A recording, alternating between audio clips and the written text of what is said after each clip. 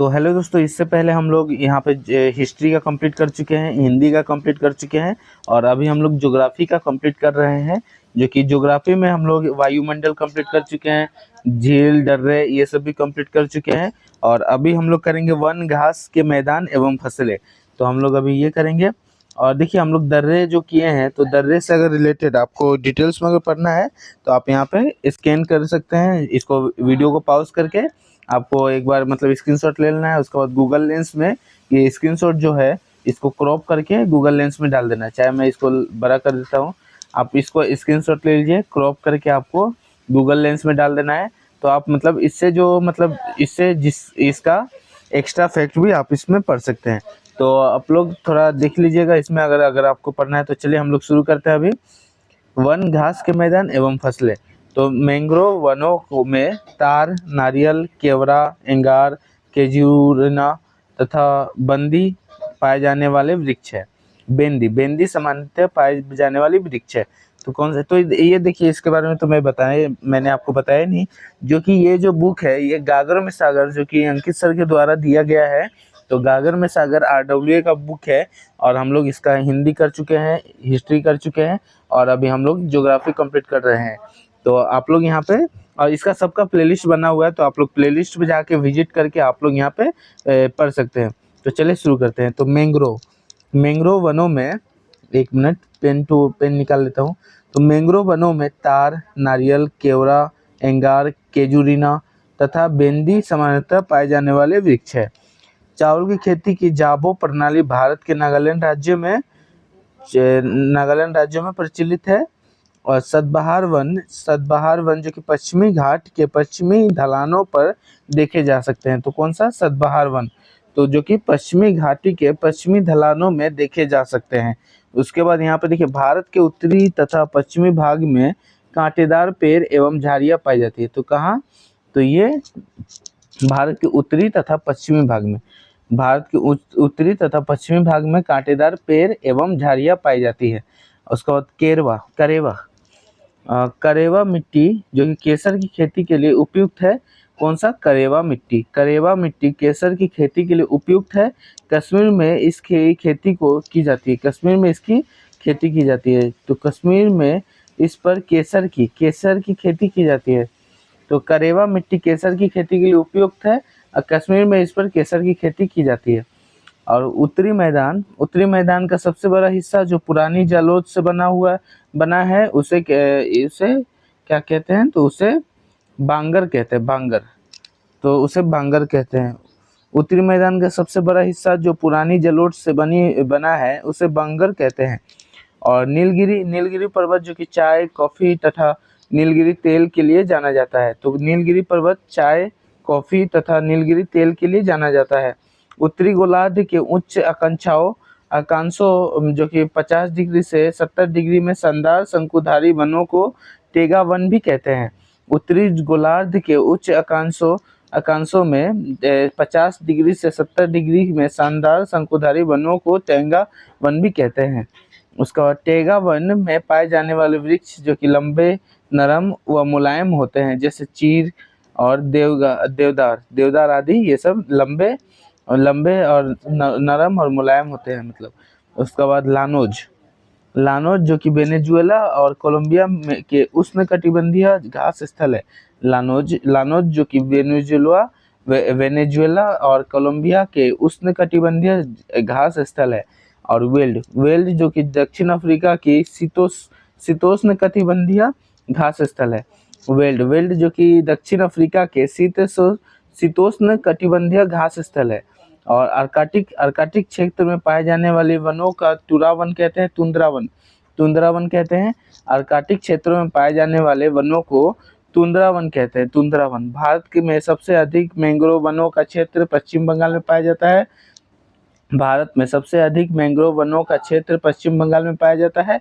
और उष्णकटिबंधीय पर्णपाती वनों के वृक्ष शुष्क ग्रीष्मकाल लगभग 6 से 8 सप्ताह तक अपनी पत्तियां गिरा देते हैं।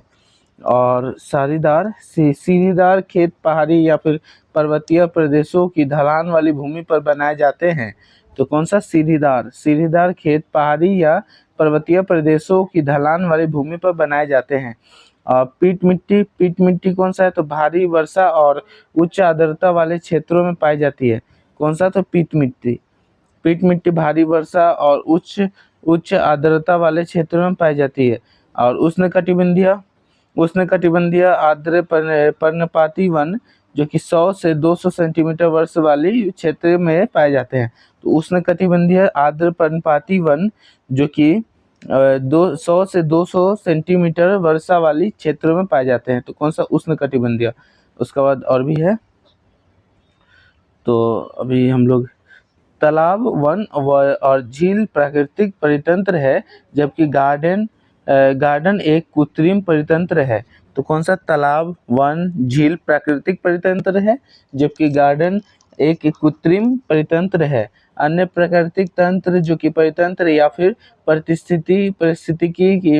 परिस्थितिकी तंत्र के उदाहरण नदी, जंगल, घास के मैदान, पहाड़ आदि है। तो अन्य प्राकृतिक परितंत्र या परिस्थितिकी तंत्र का उदाहरण है नदी, जंगल, घास के मैदान, पहाड़ आदि है।